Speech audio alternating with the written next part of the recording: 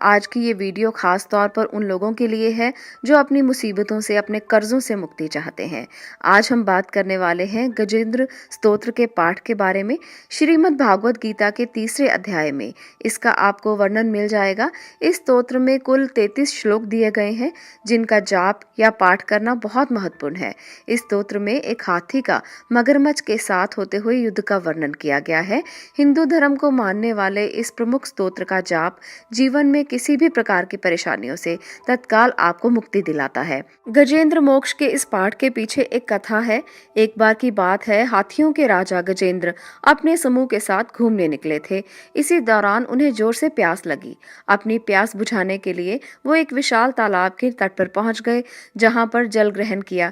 इसके बाद उस तालाब में मौजूद कमल के फूलों की खुशबू से वो मंत्रमुग्ध हो गए।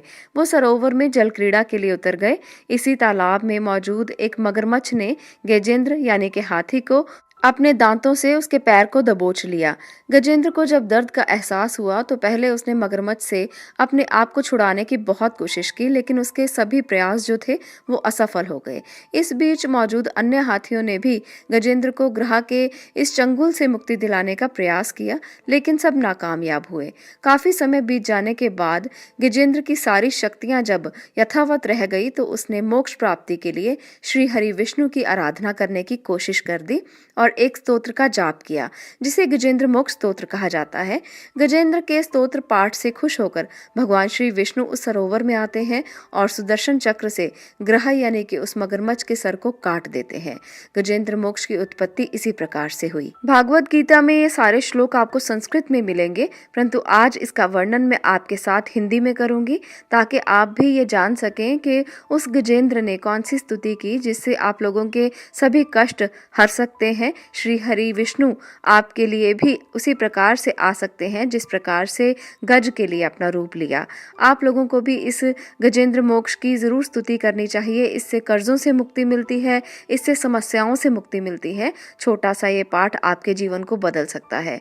चलिए जानते हैं कि शुकदेव ने क्या कहा। बुद्धि के द्वारा पिछले अध्याय में वर्णित रीति से निश्चय करके तथा मन को हृदय देश में स्थिर करके वो गजराज अपने पूर्व जन्म में सीख कर कंठस्थ किए हुए सर्वश्रेष्ठ और बार बार दोहराने योग्य इस स्तोत्र का पाठ करने लगा, जिनके प्रवेश करने पर चेतना पाकर ये जड़ शरीर और मन सभी चेतन बन जाते हैं।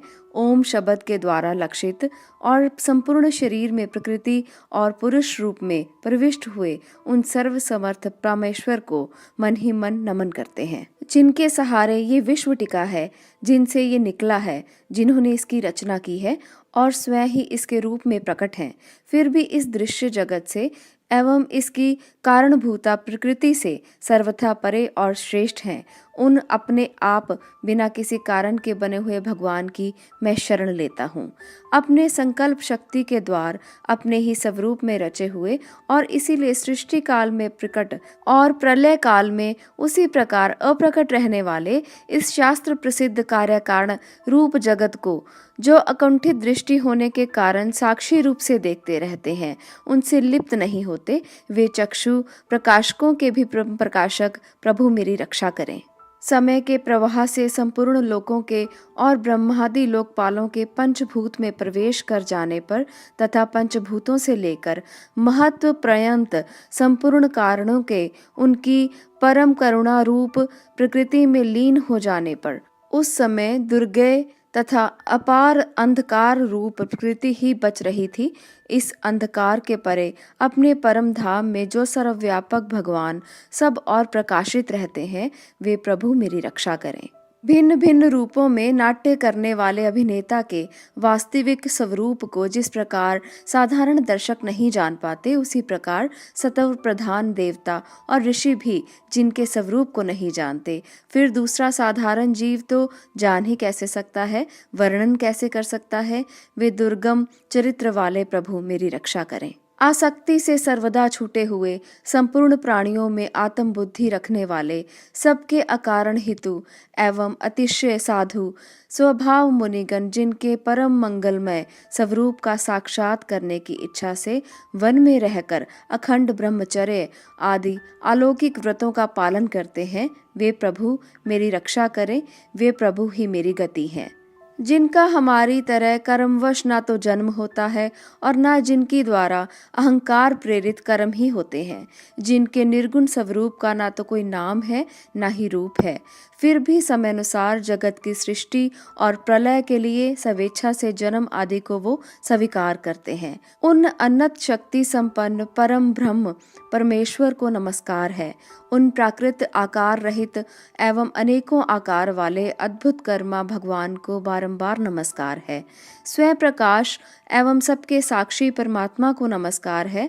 उन प्रभु को जो नम वाणी और चित्त वृत्तियों से भी सर्वथा परे हैं, बार बार नमस्कार है। विवेकी पुरुष के द्वारा सत्व गुण विशिष्ट निर्वृति धर्म के आचरण से प्राप्त होने योग्य मोक्ष सुख की अनुभूति रूप प्रभु को नमस्कार है। सत्व गुण को स्वीकार करके शांत, रजोगुण को स्वीकार करके घोर और तमोगुण को स्वीकार करके मूढ़ से प्रतीत होने वाले भेद रहित अतएव सदा संभाव से स्थित ज्ञान घन प्रभु को नमस्कार है। शरीर इंद्रिय आदि के समुदाय रूप संपूर्ण पिंडों के ज्ञाता सबके स्वामी एवं साक्षी रूप को आपको नमस्कार है। सबके अंतर्यामी प्रकृति के भी परम कारण किंतु स्वयं कारण रहित प्रभु को नमस्कार है। संपूर्ण इंद्रियों एवं उनके विषयों के ज्ञाता समस्त प्रतीतियों के कारण रूप संपूर्ण जड़ प्रचंड एवं सबकी मूलभूता अविद्या के द्वारा सूचित होने वाले तथा संपूर्ण विश्व में अविद्या रूप से भासने वाले आपको नमस्कार है। सबके कारण किंतु स्वयं कारण रहित तथा कारण होने पर भी परिणाम रहित होने के कारण अन्य कारणों से विलक्षण कारण आपको बारंबार नमस्कार है। संपूर्ण वेदों एवं शास्त्रों के परम तात्पर्य मोक्ष रूप एवं श्रेष्ठ पुरुषों की परम गति भगवान को नमस्कार है। जो त्रिगुण रूप काष्ठों में छिपे हुए ज्ञान रूप अग्नि है, उक्त गुणों में हलचल होने पर जिनके मन में सृष्टि रचने की ब्रह्मावृत्ति जागृत हो उठती है तथा आत्म तत्व की भावना के द्वारा विधि निषेध रूप शास्त्र से ऊपर उठे हुए ज्ञानी महात्माओं में जो स्वयं प्रकाशित हो रहे हैं, उन प्रभु को मैं नमस्कार करता हूँ। मुझ जैसे शरणागत पशु तुल्य जीवों को अविद्या रूप फांसी को सदा के लिए पूर्ण रूप से काट देने वाले, अत्यधिक दयालु और दया करने में भी आलस्य ना करने वाले नित्य मुक्त प्रभु को नमस्कार है। अपने अंश से संपूर्ण जीवों के मन में अंतर्यामी रूप से प्रकट रहने वाले सर्वनियंता अनंत परमात्मा आपको नमस्कार है। शरीर, पुत्र, मित्र, घर, संपत्ति और कुटुंबियों में आसक्त लोगों के द्वारा कठिनता से प्राप्त होने वाले तथा मुक्त पुरुषों के द्वारा अपने हृदय में निरंतर चिंतित ज्ञान स्वरूप सर्वसमर्थ भगवान को नमस्कार है। जिन्हें धर्म अभिलाषित भोग, धन तथा मोक्ष की कामना से भजने वाले लोग अपनी मनचाही गति पा लेते हैं, अपितु तो उन्हें अन्य प्रकार के अयाचित भोग एवं अविनाशी पार्षद शरीर भी देते हैं। वे अतिशय दयालु प्रभु मुझे इस विपत्ति से सदा के लिए उबार लें। जिनके अनन्य भक्त जो वस्तुतः एकमात्र उन भगवान के ही शरण हैं, धर्म, अर्थ आदि किसी भी पदार्थ को नहीं चाहते, अपितु उन्हीं के परम मंगलमय एवं अत्यंत विलक्षण चरित्रों का गान करते हुए आनंद के समुद्र में गोते लगाते रहते हैं, उन अविनाशी, सर्वव्यापक, सर्वश्रेष्ठ ब्रह्मादि के भी नियामक, अभक्तों के लिए प्रकट होने पर भी भक्ति योग द्वारा प्राप्त करने योग्य, अत्यंत निकट होने पर भी माया के आवरण के कारण अत्यंत दूर प्रतीत होने वाले, इंद्रियों के द्वारा अगम्य तथा अत्यंत दुर्विज्ञ, अंतरहित किंतु सबके आदि कारण एवं सब और से परिपूर्ण उन भगवान की मैं स्तुति करता हूँ। ब्रह्मादि समस्त देवता, चारों वेद तथा संपूर्ण चराचर जीव नाम और आकृति भेद से जिनके अत्यंत क्षुद्र अंश के द्वारा रचे गए हैं, जिस प्रकार प्रज्वलित अग्नि से लपटें और सूर्य से किरणें बार बार निकलती हैं और पुनः अपने कारण से लीन हो जाती हैं, उसी प्रकार बुद्धि, मन, इंद्रियां और नाना योनियों के शरीर, यह गुणमय प्रपंच जिन स्वयं प्रकाश परमात्मा से प्रकट होता है और पुनः उन्हीं में ही लीन हो जाता है, वे भगवान ना तो देवता हैं, ना असुर हैं, ना मनुष्य हैं, ना तिर्यक, योनि के प्राणी हैं, ना वे स्त्री हैं, ना पुरुष और नपुंसक ही हैं, ना वे कोई ऐसे जीव हैं जिनका इन तीनों ही श्रेणियों में समावेश हो सके, ना वे गुण हैं, ना कर्म है, ना कार्य है, ना ही तो कोई कारण है।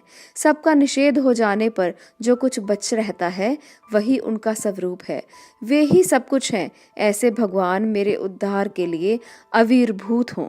मैं इस ग्रह के चंगुल से छूटकर जीवित नहीं रहना चाहता, क्योंकि भीतर और बाहर सब ओर से अज्ञान से ढके हुए इस हाथी के शरीर से मुझे क्या लेना है।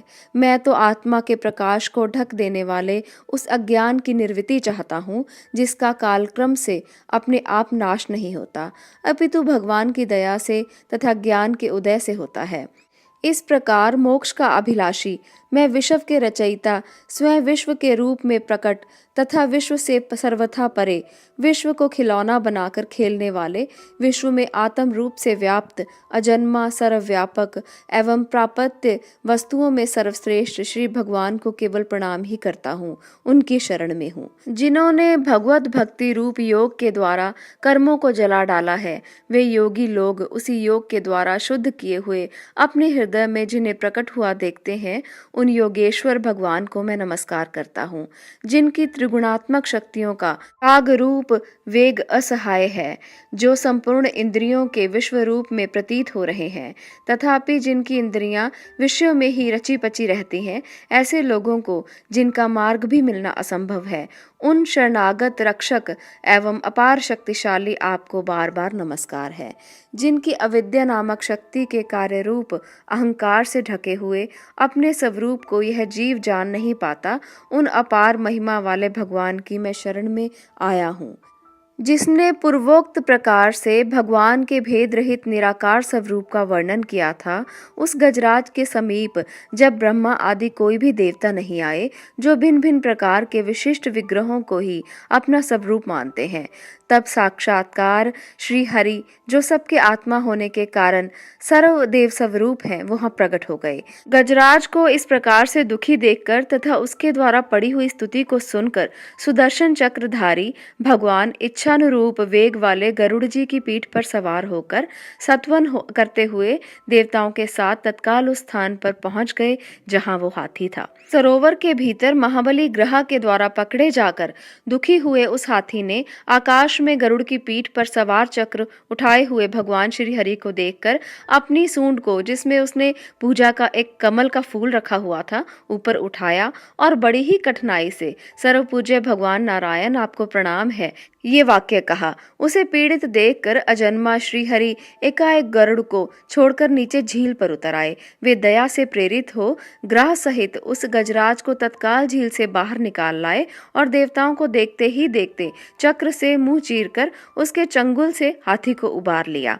हिंदू धर्म शास्त्रों के अनुसार जब आप किसी भयंकर मुसीबत में फंस जाएं, तो गजेंद्र मोक्ष के पाठ करने से भगवान विष्णु आपको उस मुसीबत से बाहर निकाल लेंगे, जिस प्रकार से उन्होंने गजेंद्र नाम के गज को मगरमच्छ के मुंह से बाहर निकाल लिया। गजेंद्र मोक्ष स्तोत्र का ये पाठ सबसे अच्छा तब रहता है जब सूर्योदय से पूर्व स्नान करके पूर्व की ओर मुख करके किया जाए। इस मोक्ष का पाठ जो है वो आप करें और आप लोगों के जीवन में जो भी समस्याएं हैं, आपको सबसे मुक्ति मिलेगी। खासकर ये जो पाठ है, इसको करने से कर्जों से मुक्ति मिलती है, ये माना जाता है। तो इसलिए जिस व्यक्ति पर भी बहुत अधिक कर्जा है, वो गजेंद्र मोक्ष के इस पाठ को ज़रूर करें। आज के लिए इतना ही। अगर आपको ये पसंद आया हो तो आप लोग दूसरे मित्रों से, सहयोगियों से और अपने परिवार के सदस्यों से इसे शेयर करें, ताकि वो भी अपने कर्जों से मुक्ति पा सकें। इस छोटे से पाठ से अगर आपको किसी भी तरह की राहत मिलती है तो ये बहुत अच्छी बात है। तो इस पाठ को ज़रूर करें। आप लोगों का इस वीडियो को देखने के लिए बहुत बहुत धन्यवाद।